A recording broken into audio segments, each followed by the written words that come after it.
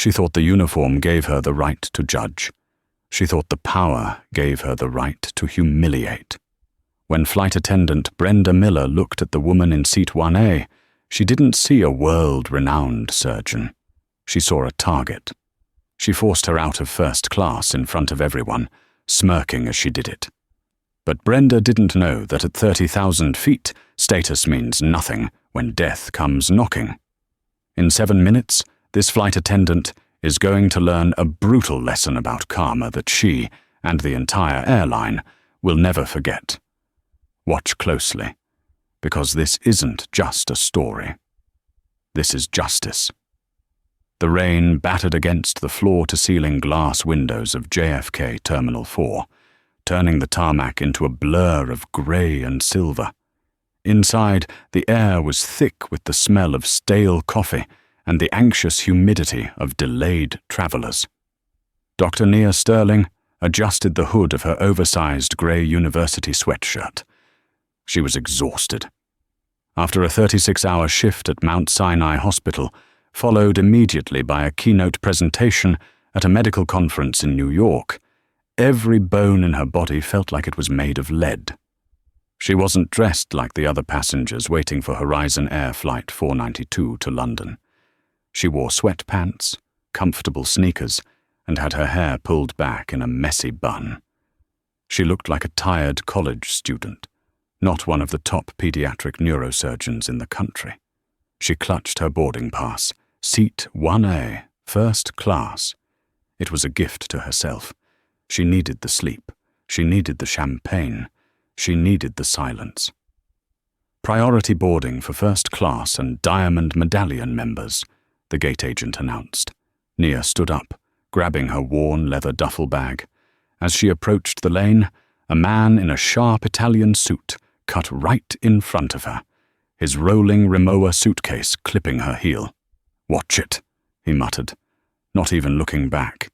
He was on his phone, talking loudly about stocks and margins. Nia didn't say anything. She just wanted to get on the plane. She scanned her pass at the gate. The machine beeped green. "Welcome aboard, Dr. Sterling." She walked down the jet bridge, the cold, damp air hitting her face, feeling a moment of relief. She stepped onto the aircraft, turning left toward the exclusive cabin. Standing at the galley was Brenda Miller. Brenda had been flying with Horizon Air for 25 years.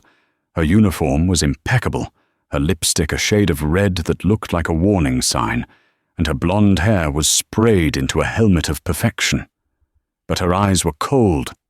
She was the lead purser, and she ran her cabin like a personal fiefdom. Tonight, Brenda was already in a foul mood. Her transfer request to the Dubai route had been denied again, and she was stuck working the red-eye to London with a crew she considered beneath her. Nia stepped into the first-class cabin. It was soft-lit and quiet. She found seat 1A, a massive lie-flat pod with a fluffy duvet waiting for her. She sighed, lifting her bag to place it in the overhead bin. "Excuse me." A sharp voice sliced through the air. Nia froze and turned around. Brenda was standing there, arms crossed, blocking the aisle. She wasn't smiling. "Yes?" Nia asked softly. "Economy boarding is through the aisle to your right," Brenda said, her voice dripping with artificial sweetness that barely masked the condescension. "You're blocking the flow for the first-class passengers." Nia blinked, confused. "I know where economy is. I'm sitting here, seat 1A. Brenda let out a short, incredulous laugh. She looked Nia up and down, the hoodie, the sweatpants, the lack of makeup. Then she looked at the empty seat, then back at Nia. "Miss," Brenda said, louder this time, drawing the attention of the man in the Italian suit who was settling into seat 2A. "Please don't play games. This cabin is fully booked. I need you to head back to row 30, where you belong, so we can finish boarding." "I have a ticket," Nia said, reaching into her pocket. "If you just look, I don't need to see a fake digital screenshot," Brenda snapped, stepping closer, invading Nia's personal space. "I've been doing this for 20 years. I know who flies first class, and I know who tries to sneak in for a free glass of champagne. Now move, before I call security." The cabin went silent.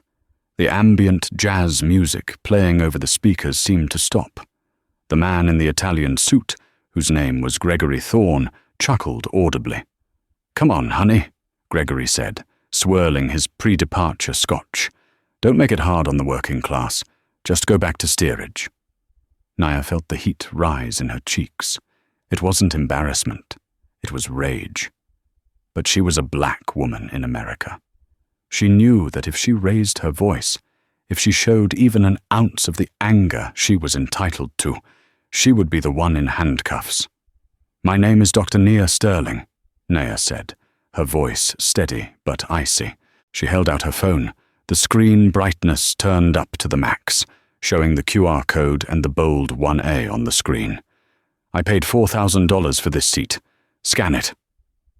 Brenda didn't even look at the phone. She looked at Gregory, giving him a conspiratorial wink, as if they were sharing a joke about an unruly child. "Dr. Sterling," Brenda mocked. "What are you, a doctor of hip-hop? Look, I don't have time for this. We are pushing back in 10 minutes. Brenda grabbed the phone from Naya's hand, an assault in any other context, and pretended to look at it. She scoffed. "This system glitch happens all the time with third-party apps. It says 1A, but on my manifest..." Brenda tapped a piece of paper on her clipboard that she hadn't actually checked. "Seat 1A is reserved for a Platinum Horizon member, Mr. Charles Kensington." Nia's brow furrowed. "That's impossible. I bought this ticket 2 weeks ago directly from the airline." "Well, maybe your card bounced," Brenda hissed, leaning in close so only Nia could hear. "People like you often spend money you don't have. Now, I am giving you one last chance. There is an open seat in 42B, right next to the lavatory. It's the only seat left on the plane. You take it or you get off my aircraft. I will not ask 3 times. The injustice was physical. It felt like a punch to the gut. Nia looked around the cabin. The other passengers, mostly older white men and women, avoided her gaze or looked at her with annoyance. They just wanted to take off. No one spoke up. No one said, "Check the manifest again." "I want to speak to the captain," Nia said. "The captain is pre-flighting the aircraft and does not deal with seating disputes." Brenda lied smoothly. She pressed the button on her interphone. "Security to the gate, please. We have a non-compliant passenger refusing to vacate." She held the receiver, staring at Nia with a look of pure triumph. It was a power play. Brenda enjoyed breaking people. She felt big when she made others feel small. Nia realized she had 2 choices: get dragged off by federal marshals and miss the conference in London that could save lives, or take the walk of shame. "Fine," Nia whispered. She snatched her phone back from Brenda's hand. "I will take the seat in the back, but I am filing a formal complaint the second we land." Brenda smiled, a shark showing its teeth. "You do that, sweetheart. Spell my name right. It's Brenda, Brenda. The walk from row 1 to row 42 was the longest walk of Nia's life. Brenda didn't just let her walk, she escorted her, marching behind Nia like a prison warden. As they passed through business class, Brenda made a show of apologizing to the passengers. "So sorry for the delay, everyone," Brenda announced loudly. "Just handling a seating discrepancy. We'll be in the air shortly." Heads turned. People whispered. Nia kept her head high, staring straight ahead, but her hands were shaking. She could hear the muttered comments. "Probably tried to sneak an upgrade. They always think the rules don't apply to them." They passed through Economy Plus, then the main cabin. The rows got tighter. The air got stuffier. Finally, they reached the very last row. Row 42, seat 42B, was the middle seat in the last row. To the left was a young man, asleep with his mouth open. To the right was a woman holding a crying infant. Behind them was the wall of the lavatories. The smell of blue disinfectant chemical was pungent. "Here we are," Brenda said, gesturing to the cramped seat like she was presenting a palace. "Cozy. Try not to cause any trouble back here." Nia shoved her duffel bag under the seat in front of her because the overhead bins were full. She sat down, her knees pressing into the hard plastic of the seat ahead. The baby next to her screamed. Brenda leaned down one last time. "See? You fit much better back here." With a swish of her skirt, Brenda turned and strutted back up the long aisle toward the sanctuary of first class. Nia pulled her phone out. She had 0 bars of service. She couldn't call the airline. She couldn't text her lawyer. She was trapped in a metal tube for 7 hours with the woman who had just stripped her of her dignity. She closed her eyes and took a deep breath. "Center yourself, Nia. You are a surgeon. You deal with life and death. This is just a seat." But it wasn't just a seat. It was the assumption that she didn't belong. Up in the cockpit, Captain Bob Anderson, a good man who had been flying for 30 years, flicked the fasten seatbelt sign on. He had no idea what had just happened in his cabin. He trusted Brenda. She was his lead purser. If she said the cabin was secure, it was secure. "Flight attendants, prepare for departure," Bob said over the intercom. The plane pushed back. The engines roared to life. As the aircraft taxied to the runway, Nia stared out the small, scratched window at the rain. She felt a single tear slide down her cheek. She quickly wiped it away. She wouldn't cry. Not here. Up in first class, Brenda was popping a bottle of Dom Perignon. She poured a glass for Gregory Thorne in 2A. "Here you go, sir," she cooed. "Sorry about the riffraff earlier." "You handled it beautifully, Brenda," Gregory said, raising his glass. Brenda beamed. She walked back to the galley, pulled out her phone, against regulations, and texted her friend in the terminal. "Just kicked a wannabe off the throne. Gave the seat to Charlie. He's boarding last minute." Just as she hit send, the cabin door opened one last time. A young man, maybe 25, wearing a hoodie that cost more than Nia's car and ripped jeans, stumbled in. He looked hungover. This was Charles Kensington, the son of a major shareholder. "Yo, Brenda!" he shouted, high-fiving her. "Thanks for holding the spot." "For you?" "Anything," Brenda whispered. "Seat 1A. Enjoy the sleep." The plane took off, climbing into the turbulent sky. Brenda strapped herself into the jump seat, feeling invincible. She had won. But 10 minutes later, the fasten seatbelt sign didn't turn off. The turbulence got worse. And then, something much worse than turbulence happened. A chime dinged 3 times, the specific code for a medical emergency. Brenda unbuckled, annoyed. "Probably someone in economy having a panic attack," she muttered to her colleague Sarah. But the call wasn't coming from economy. It was coming from row 2. Gregory Thorne, the man who had mocked Nia, was clutching his chest. His face had turned a terrifying shade of grey. He was gasping for air, clawing at his throat. "Sir?" Brenda asked, her annoyance turning to panic. "Sir, are you okay?" Gregory's eyes rolled back into his head. He slumped forward, knocking his champagne glass onto the floor. Shattered glass and expensive alcohol went everywhere. "He's not breathing," Sarah screamed. Brenda froze. She knew CPR protocol, but seeing a man dying in front of her was different. "Get the AED! Get the oxygen!" she yelled. She grabbed the interphone, her hands shaking violently. "Captain, we have a medical emergency in first class. Passenger is unresponsive." The plane lurched. "Is there a doctor on board?" Sarah yelled to the first-class cabin. Charles Kensington, in seat 1A, pulled his headphones off. "Don't look at me. I'm an influencer." The other passengers looked terrified. No one moved. Brenda grabbed the PA system. Her voice, usually so controlled, cracked. "Ladies and gentlemen, is there..." is there a doctor on board? We have a medical emergency in the front of the aircraft. Please ring your call button immediately. Silence. Brenda waited. 5 seconds. 10 seconds. Ding. A single call button lit up. Brenda looked at the panel. Her heart stopped. The light wasn't coming from business class. It wasn't coming from first class. The light was glowing a steady, damning orange from the very back of the plane. The orange light above row 42 burned like a flare in the dark cabin.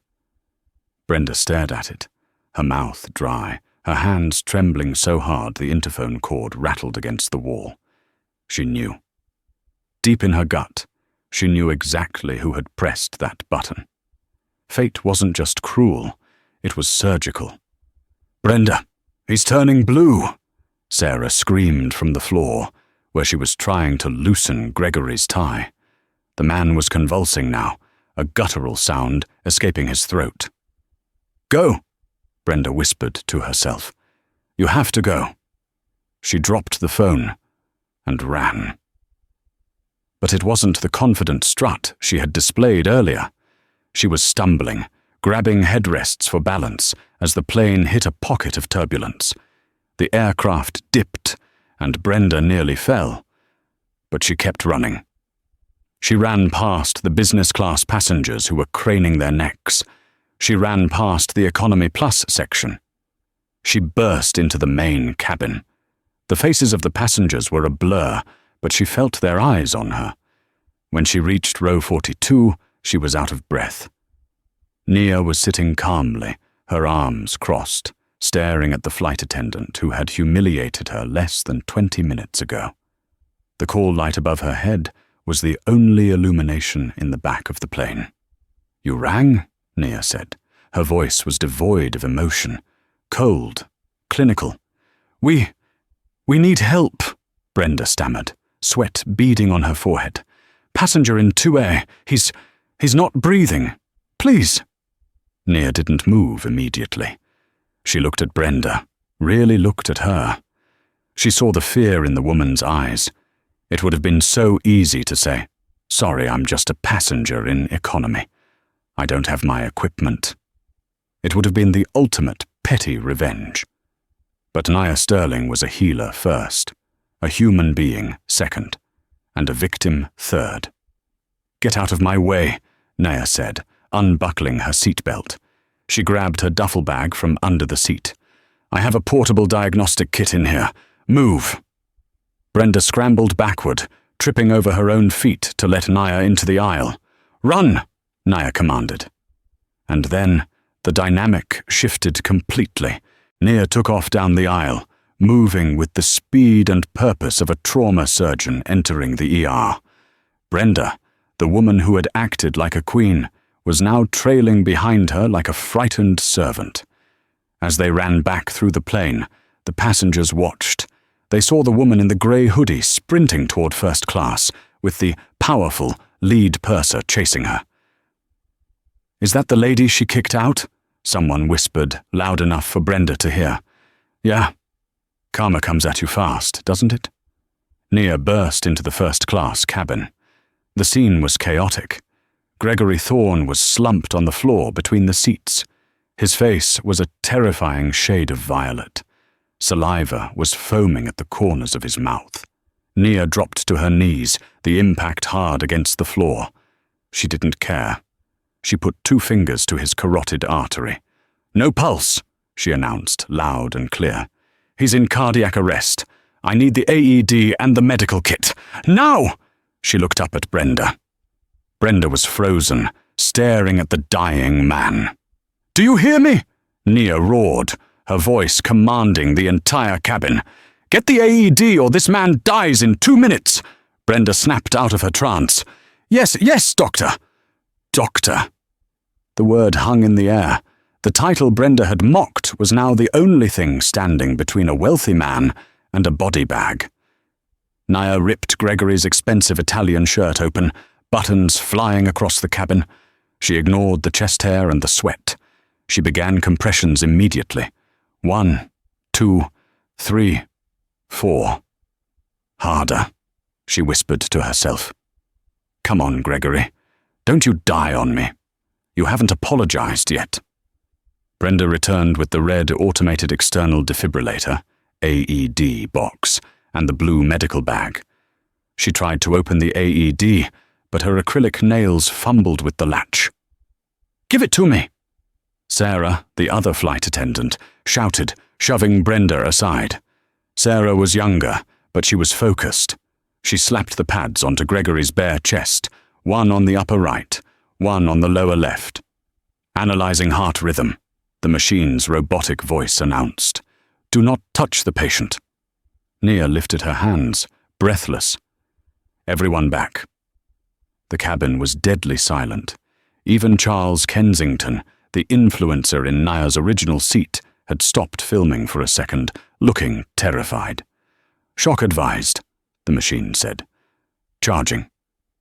Brenda, Nia said, her voice low and dangerous without looking up. Get me an epinephrine ampule and a saline flush from the kit. Prepare an IV line. Do you know how to do that? I think so, Brenda stuttered. Don't think, do. If you miss the vein, I will report you for incompetence on top of discrimination. Move! Beep, beep, beep. Clear, Nia shouted. She pressed the button. Gregory's body arched violently off the floor as the electricity coursed through him, then slammed back down. Nia immediately checked the pulse. Nothing. Resume compressions, she ordered herself. She began pumping his chest again. Come on, come on. Minutes felt like hours. The plane was still shaking from the storm outside. The smell of ozone and fear filled the small space. I have the epi, Brenda said, her hands shaking so bad she almost dropped the syringe. Nia didn't stop compressions. Inject it into the IV port as soon as you get a line. Sarah, hold his head. Open the airway. Brenda managed to find a vein in Gregory's arm, driven purely by the terror of Nia's command. She pushed the drug. Analyzing, the machine said again. Nia stopped. She watched the rise and fall of his chest. She watched the veins in his neck. Suddenly, Gregory let out a massive, gasping snore. The death rattle, or in this case, the life rattle. His eyes flew open, wild and unfocused. He coughed violently, spitting up bile. Roll him, Nia commanded. They rolled him onto his side just as he vomited. If he had been on his back, he would have choked and died. Nia held his head, stroking his hair soothingly. The same man who had told her to go back to steerage. It's okay, Nia said softly. I'm Dr. Sterling. You had a heart attack. You're on an airplane. Just breathe. Gregory looked up at her. His vision was blurry, but he saw the face, the black woman in the hoodie, the one he laughed at. You, he rasped, his voice weak. You saved. Save your strength, Nia said firmly. She checked his pulse again. It was thready, but it was there. Sinus rhythm. She sat back on her heels, wiping sweat from her forehead with her sleeve. She looked up. Brenda was standing over them, holding the empty syringe. She looked like a ghost. She looked at Nia, then at the empty seat 1A, then at the man on the floor. Is he okay? Brenda whispered. He's stable for now, Nia said, standing up slowly. Her knees popped. But we need to land. Now. He needs a catheterization lab within the hour, or he will arrest again. Nia turned to the cockpit door. Tell the captain to divert. Boston is closest. Brenda nodded, tears streaming down her face. Yes, doctor. Right away, doctor. She picked up the interphone to call the captain. But before she did, Nia grabbed her wrist. The grip was strong. And Brenda, Nia said, her voice low enough that only they could hear. When we land, don't think for a second that this absolves you. You almost killed this man because you judged the only person who could save him. Brenda pulled her arm away, trembling. She made the call. The descent into Boston Logan International Airport was a violent affair. The storm that had battered them at cruising altitude was even angrier closer to the ground. The Boeing 777 bucked and heaved, the engines whining in protest as the pilots fought the crosswinds. Inside the first-class cabin, the atmosphere was thick with a different kind of pressure. Dr. Nia Sterling hadn't moved from the floor. She was kneeling beside Gregory Thorne, her knees aching against the thin carpet, her hand firmly on his wrist, monitoring a pulse that was terrified to beat. The AED pads were still stuck to his chest, the wires snaking across his torn Italian shirt, a stark reminder of how close death had come. Brenda Miller stood in the galley, pressing her back against the metal carts. She was pale. The adrenaline of the emergency was fading, replaced by the cold, creeping dread of consequences. She watched Nia working. She watched the way Nia's hands moved with practiced, elegant precision, adjusting the IV line she had forced Brenda to set up, checking his pupillary response, soothing him with a voice that commanded authority. It was the same voice Brenda had dismissed as riffraff less than an hour ago. "We are crossing 10,000 feet," the captain's voice crackled over the PA, sounding tense. "Flight attendants, take your seats immediately. It's going to be a rough touchdown." "I need to be strapped in," Brenda said, her voice trembling. She looked at Nia. You need to go back to your seat. To row 42. For landing safety." Nia didn't even look up. She kept her eyes locked on Gregory's grey face. "If I leave him, he dies," Nia said calmly. "If he goes into arrest again during the landing, who is going to shock him? You?" Brenda flinched as if she'd been slapped. "I'm staying right here," Nia declared. She grabbed the seatbelt of the empty 1A pod, her pod, and looped it through the handle of the medical kit, then braced herself against the bulkhead. "Strap yourself in, Brenda, and pray he keeps breathing." The plane dropped. Gravity lurched. The wheels slammed onto the wet tarmac with a deafening screech of rubber and a shudder that rattled the overhead bins. The reverse thrusters roared like dragons, slowing the massive beast down. As the plane taxied off the runway, the cabin erupted, not in panic, but in applause.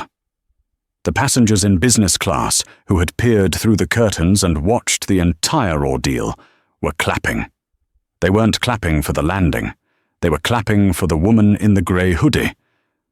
The moment the seatbelt sign pinged off, the forward door flew open. The cold, damp air of Boston rushed in, smelling of jet fuel and rain. 3 paramedics stormed the aircraft, dragging a heavy stretcher and a cardiac monitor. "Where is the patient?" the lead paramedic, a burly man named Mike, shouted. Brenda stepped forward, trying to salvage some scrap of authority. She smoothed her skirt, putting on her lead purser face. "He is right here. I initiated the medical emergency protocols and patient is a 55-year-old male, status post-cardiac arrest." Nia's voice cut through Brenda's babble like a scalpel. She stood up, wiping sweat from her brow. "VFib arrest, witnessed at approximately 22:15. 1 shock delivered, 1 millilib epinephrine pushed. Spontaneous circulation returned after 2 minutes of CPR. He is conscious but bradycardic. I suspect a blockage in the LAD artery. He needs a cath lab immediately." Mike, the paramedic, looked at Brenda, then at Nia. He didn't ask who was who. He knew the language of medicine when he heard it. He turned his back on the flight attendant and focused entirely on the woman in the sweatpants. "Copy that, Doc. Great work. We'll take it from here." They swarmed Gregory, lifting him onto the stretcher with practiced ease. As they strapped him down, Gregory, weak and groggy, reached out a hand. He wasn't reaching for his phone. He was reaching for Nia. "Thank you," he wheezed, his voice barely a whisper. Tears leaked from the corners of his eyes, mixing with the sweat. You saved me. Nia looked down at the man who had laughed at her, the man who had told her not to make it hard on the working class. She could have been bitter. She could have been cruel. Instead, she just nodded. "You got a second chance, Mr. Thorne," she said softly. "Do something good with it." As the paramedics wheeled Gregory off the jet bridge, the cockpit door opened. Captain Bob Anderson emerged. He was a legend at Horizon Air, a man who had flown everything from military jets to commercial liners. He took his cap off, running a hand through his silver hair. He looked shaken. A death on board is a pilot's worst nightmare. He scanned the first-class cabin. He saw the medical debris on the floor. He saw the shaken passengers. And he saw Brenda, who was frantically trying to clean up the empty epinephrine ampoules, trying to hide the evidence of the chaos. "Report!" Captain Anderson barked. Brenda straightened up. "Medical emergency, Captain. Passenger in 2A, Mr. Thorne. It was terrifying, but we handled it. The medical volunteer was very helpful." "The medical volunteer," the captain repeated. He turned to Nia, who was packing her portable diagnostic kit back into her duffel bag. "That would be you." "Yes, Captain," Nia said. "Dr. Nia Sterling, Chief of Pediatric Neurosurgery at Mount Sinai." The captain extended a hand. "You have my gratitude, Doctor. And the airlines. I'll need to file an incident report. I have the passenger manifest here." He pulled a tablet from his pocket and tapped the screen. He frowned, his brow furrowed in deep confusion. "That's strange," the captain muttered. "Dr. Sterling. I don't see a Dr. Sterling listed in first class. The manifest says Seat 1A is occupied by a Mr. Charles Kensington." The cabin went deadly silent. Brenda froze. She stopped cleaning. She stared at the floor, wishing it would open up and swallow her whole. "That's correct, Captain," Nia said, her voice steady and loud enough for the entire galley to hear. "I am not listed in first class on your tablet, because before takeoff, your lead purser removed me from my seat." The captain looked up slowly. "She moved you? Why? Was the seat broken?" "No," Nia said. "She moved me because she didn't believe I could afford the ticket. She told me I didn't look like a first-class passenger. She accused me of having a fake boarding pass, forced me to walk to the back of the plane, and gave my seat to him." Nia pointed a finger at the young man in the hoodie standing near the window. "Charles Kensington." The captain turned to Charles. "Sir, is this true?" Charles Kensington, who had been quiet until now, stepped forward. He held up his iPhone 15 Pro. The screen was glowing. "It's not just true, Cap," Charles said, a hint of disgust in his voice. "It's viral." "Excuse me?" "I'm a streamer," Charles said. "I film my travel vlogs. I was recording when I boarded. I caught the whole thing. Brenda roasting her, kicking her out, mocking her clothes. And then Charles swiped on his screen. I caught the part where Brenda screamed for a doctor, and this lady ran from the back of the plane to save the guy who insulted her. Charles turned the phone so the captain could see. The video played. The audio was crisp. "I don't need to see a fake digital screenshot. Go back to row 30 where you belong." Brenda's voice tinny and cruel on the recording. Captain Anderson watched 10 seconds of the video. His face, usually flushed with the heat of the job, went ice cold. The veins in his neck stood out. He handed the phone back to Charles. He turned to Brenda. Brenda was shaking. She looked like a trapped animal. "Captain, please, you have to understand. The cabin integrity. I thought—" "You thought what?" Captain Anderson asked, his voice dangerously quiet. "You thought you were the judge and jury of my passengers?" I was trying to protect the airline."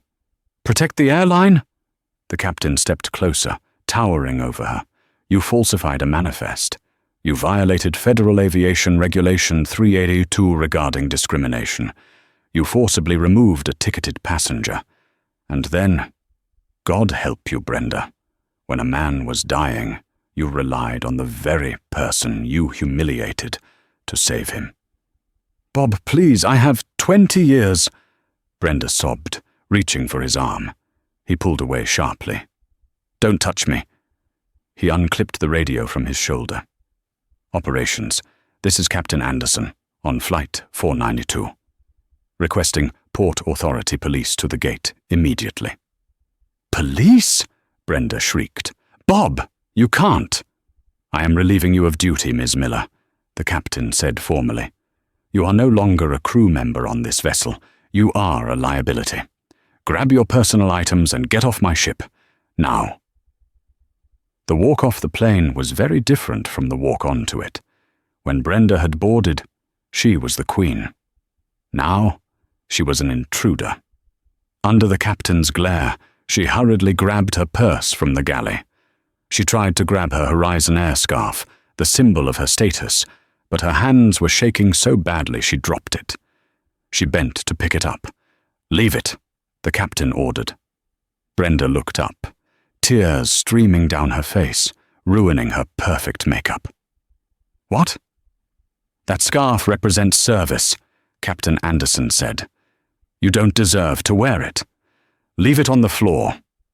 A gasp went through the cabin. It was the ultimate professional execution. Brenda left the scarf where it lay. She turned and walked toward the door. She had to walk past the business class passengers. As she passed row 4, a woman spoke up. Bye, Brenda, the passenger said coldly. Don't let the door hit you. Brenda stumbled onto the jet bridge. 2 Port Authority officers were waiting there. They didn't arrest her, not yet, but they escorted her away like a common criminal, leading her into the terminal where the eyes of the public were waiting. Back on the plane, the air felt lighter, cleaner. Captain Anderson turned to Nia. The anger in his eyes vanished, replaced by deep respect. Dr. Sterling, he said, we have to refuel and file some paperwork. Then we will continue to London. It will take about 45 minutes. He gestured to the empty, wide, luxurious seat in 1A. The seat with the massage function, the seat with the champagne. Please, the captain said, take your seat, the one you paid for, the one you earned. Charles Kensington, the influencer, was packing his bag. Actually, Doc, you can have the seat. But I'm getting off here. I gotta go edit this footage. This story is going to break the internet. He winked at her. You're going to be a star, Doctor.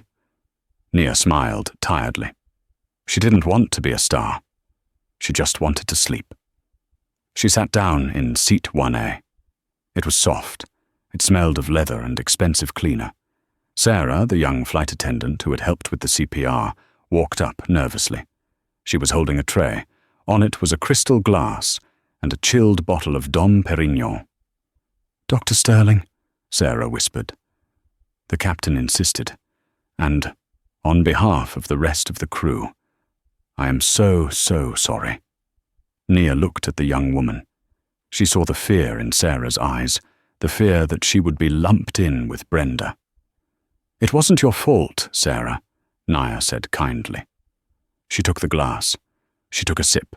It was cold, crisp, and tasted like victory. Outside the window, the rain was still falling, washing away the grime on the runway.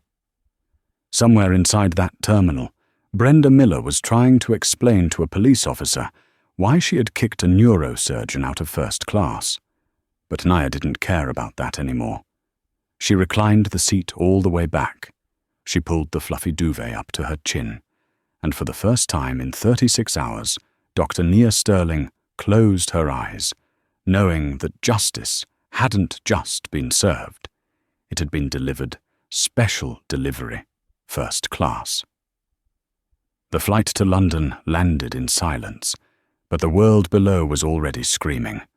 while Dr. Nia Sterling was being escorted through a private customs lane at Heathrow, a courtesy arranged by the airline's frantic corporate office, the digital realm was setting fire to Horizon Air.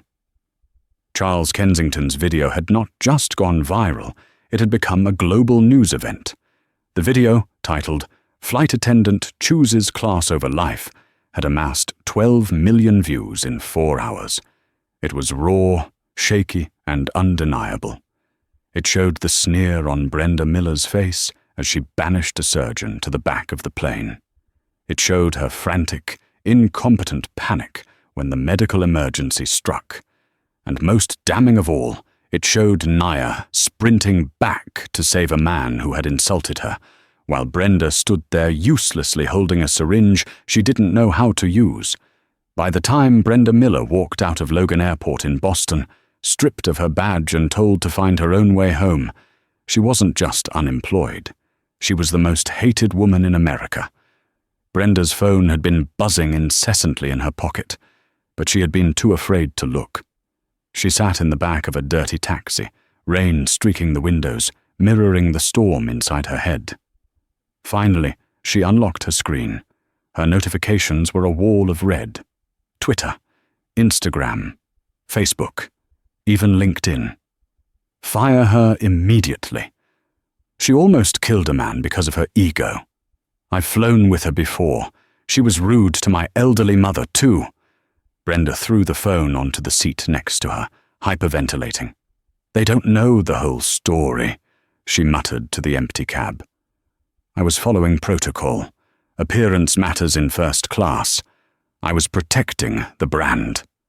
She genuinely believed she was the victim. She had given 25 years of her life to Horizon Air. She had enforced their rules. She had kept their cabins orderly. Surely, once she explained herself to the union representative, this would all blow over. She would get a suspension, maybe a slap on the wrist, and be back on the Dubai route by Christmas. She was wrong. 3 days later, Brenda walked into the Horizon Air headquarters in Chicago. She wore her best suit, her hair perfectly coiffed, her chin held high. She expected a disciplinary hearing. Instead, she walked into an execution. Sitting at the long mahogany table wasn't just her base manager. It was the Vice President of Human Resources, the Chief Legal Officer, and a representative from the Flight Attendants Union who refused to even make eye contact with her. "Brenda," the VP of HR said, sliding a single sheet of paper across the table. "We are terminating your employment, effective immediately, for cause." "For cause?" Brenda scoffed, pushing the paper back. "I made a judgment call regarding cabin integrity. The passenger in 1A didn't look like a first-class customer. I thought she was scamming the system. You can't fire me for being vigilant." "We aren't firing you for being vigilant," the chief legal officer interjected, his voice cold. He tapped an iPad, turning it around so she could see the screen. "We are firing you for gross negligence, discriminatory conduct, and endangering the life of a passenger. Captain Anderson's report is scathing. He stated that you actively impeded a medical rescue to cover up your own seating error." "Bob doesn't know what he's talking about," Brenda snapped. "He was in the cockpit." "And then there is the video," the lawyer continued. "We have lost 3 major corporate accounts since yesterday.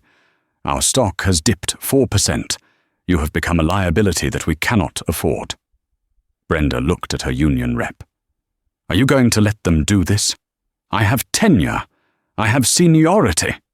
The union rep finally looked up. He looked tired. "Brenda, we can't defend this. You profiled a neurosurgeon based on her race and clothing. You violated Federal Aviation Regulation Honda 21-5580 regarding interference with crew duties by interfering with yourself. We aren't going to arbitration for this. Sign the paper." Brenda stood up, her face turning crimson. The arrogance that had fueled her for decades flared up one last time. "I will not sign. You think you can throw me away? I know where the bodies are buried at this airline. I am suing you. I am suing for wrongful termination, defamation, and emotional distress. I will own this company by the time I am done." She stormed out of the office, slamming the glass door so hard it rattled in its frame. Brenda Miller made good on her threat. She hired a high-profile, predatory lawyer who worked on contingency, promising her a multi-million-dollar settlement. The narrative they spun was audacious. Brenda claimed she was a victim of a woke mob, and that the airline had scapegoated her without due process. The trial, Miller versus Horizon Air, began 6 months later. Brenda took the stand, playing the role of the weeping, dedicated servant. She cried about her 25 years of service. She talked about the stress of the job. For a moment, it seemed like the jury might actually feel sorry for her. Then, the airline's defense attorney, a sharp woman named Eleanor Vance, stood up for cross-examination. She didn't look angry. She looked bored. She was holding a thick binder. "Miss Miller," Eleanor said, walking to the stand, "you claim that the incident with Dr. Sterling was an isolated mistake caused by stress. Is that correct?" "Yes," Brenda sniffed, dabbing her eyes with a tissue. "I have an exemplary record." "Exemplary," Eleanor repeated. She opened the binder. "Let's discuss that record. Exhibit A, November 2018. A complaint filed by a Mr. Patel. He claims you forced him to gate-check his carry-on bag, despite there being room in the overhead bin, telling him it smells like curry. Is that exemplary?" Brenda froze. I don't recall that." "Exhibit B," Eleanor continued, flipping a page. "May 2021. A complaint from a Ms. Chen. You refused to serve her a second glass of wine in business class, stating, 'You people can't hold your liquor,' while simultaneously serving the white passenger next to her a third glass. Exemplary?" The courtroom began to murmur. Brenda's lawyer stood up. "Objection. Relevance." "It goes to the pattern of conduct, Your Honor," Eleanor said calmly. "The plaintiff claims she was fired unjustly for a one-time error. I am establishing that she was a ticking time bomb of prejudice that the airline should have diffused years ago." "Overruled," the judge said. "Continue." Eleanor flipped through page after page. June 2022, December 2023, February 2024. "Ms. Miller, there are 42 separate complaints in your file. 38 of them are from passengers of color. In every single case, you cited cabin policy to justify humiliation." Eleanor slammed the binder shut. The sound echoed like a gunshot in the silent courtroom. "You didn't mistake Dr. Sterling for a scammer because of a computer glitch, Ms. Miller. You targeted her because you simply couldn't believe a black woman in a hoodie could afford the seat you treat like a throne. Isn't that the truth?" "I was doing my job," Brenda screamed, losing her composure. "I decide who belongs. That is my cabin. Mine!" The silence that followed was heavy. The jury looked at her with pure disgust. Brenda realized, too late, that she had just confessed. The jury deliberated for less than an hour. Verdict: the plaintiff takes nothing. Furthermore, the judge ordered Brenda to pay the airline's legal fees due to the frivolous nature of the lawsuit. The hammer of justice didn't just tap, it crushed her. Brenda lost the lawsuit. She was liable for $150,000 in legal costs. She had no income. Her reputation was nuked. She had to sell her condo in Queens at a loss to pay the debts. She lost her pension because of a morality clause in her contract that she had violated by suing the company with false statements. While Brenda was watching her life dismantle brick by brick, a very different transformation was happening in a penthouse in Manhattan. Gregory Thorne, the man in the Italian suit, had spent 2 weeks in the ICU. When he woke up, The first thing he saw wasn't his stock portfolio. It was the face of his daughter, crying. He had almost died, and he remembered everything. He remembered mocking the woman in the hoodie. He remembered telling her to go back to steerage. And he remembered the feeling of her hands on his chest, forcing his heart to beat when it wanted to stop. He watched the video too. He saw himself, arrogant, dismissive, cruel, and he saw Naya saving him anyway. The shame was more painful than the surgery.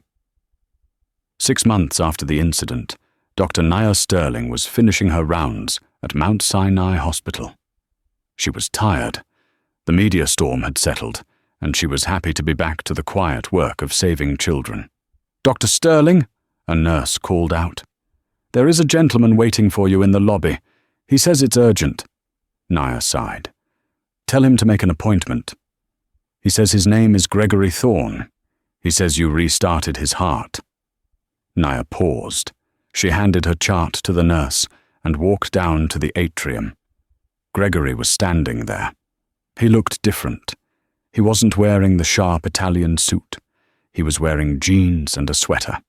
He looked thinner, older, but softer. When he saw Nia, he didn't check his watch. He didn't look down his nose. He fell to his knees. Right there in the middle of the busy hospital lobby, the millionaire dropped to his knees in front of the surgeon. "Mr. Thorne, please get up," Naya said, rushing over to help him. "I can't," Gregory choked out, tears streaming down his face. "Not until I say it. I am sorry. I was a small, pathetic man. You should have let me die. You should have left me on that floor." "I took an oath, Gregory," Naya said softly, "to do no harm, even to people who harm me." Gregory stood up, wiping his face. "I can never repay you, but I'm going to try." He pulled an envelope from his jacket. "I sold my shares in the pharmaceutical companies that overcharge for insulin. I liquidated a lot of assets. This is a check for $2 million. It's for the hospital, specifically for a scholarship fund for minority medical students who can't afford tuition. I want it named after you." Naya took the envelope. Her hands trembled slightly. $2 million. That would change hundreds of lives. "The Sterling grant," Gregory said, "so that the next time a genius in a hoodie walks onto a plane, maybe the world will be a little smarter about it." 1 year later. The rain was battering against the glass booth of a toll station on the New Jersey Turnpike. It was a miserable night, cold, damp, and lonely. Inside the booth, a woman in a high-visibility vest sat on a stool. She looked 20 years older than her age. Her blonde hair was dull and tied back with a rubber band. Her hands, once manicured with red polish, were chapped from the cold air. A sleek black Mercedes SUV pulled up to the toll window. The driver rolled down the window. "Receipt, please," the driver said. The woman in the booth printed the ticket and handed it out. Her eyes briefly met the driver's eyes. The driver was Dr. Nia Sterling. She was on her way to a gala honoring the first graduating class of the Sterling Scholars. She looked radiant, happy, and at peace. The woman in the booth froze. She recognized the face. She would never forget that face. "Here you go," the toll collector whispered, her voice cracking. Nia took the receipt. She looked at the woman. She saw the name tag on the orange vest. Brenda. Nia didn't gloat. She didn't smirk. She didn't say, "Look at me now." She simply offered a small, pitying smile, the kind of smile you give to someone who has lost their way. "Keep the change," Nia said gently, handing Brenda a $20 bill. "It's a cold night. Get yourself a coffee." The window rolled up. The Mercedes drove away, its tail lights fading into the darkness toward the city lights. Brenda Miller sat alone in her glass box. She looked at the $20 in her hand, the charity of the woman she had tried to destroy. She gripped the bill, put her head on the counter, and for the first time in her life, she cried real, honest tears. She had wanted to be the queen of the sky. Now, she was just a ghost on the side of the road. What Brenda Miller failed to realize is that prejudice is an expensive luxury. It cost her a career, a fortune, and her dignity. She thought Dr. Sterling was beneath her because of a hoodie, but in the end, Naya stood taller than Brenda ever could, not because of her bank account, but because of her heart. The universe has a brutal way of balancing the scales. It took 7 minutes for Brenda to destroy her own life, and 7 minutes for Naya to save one. It serves as a harsh reminder to us all. The person you treat like trash today might be the only person holding the keys to your survival tomorrow. Status is temporary. Character is permanent. If you enjoyed this story of justice served cold, please hit that like button. It helps us create more stories like this. Subscribe and turn on notifications so you never miss an upload. And tell me in the comments, do you think Brenda deserved to lose her pension, or was that too harsh? I read every comment. Thanks for watching, and see you in the next video.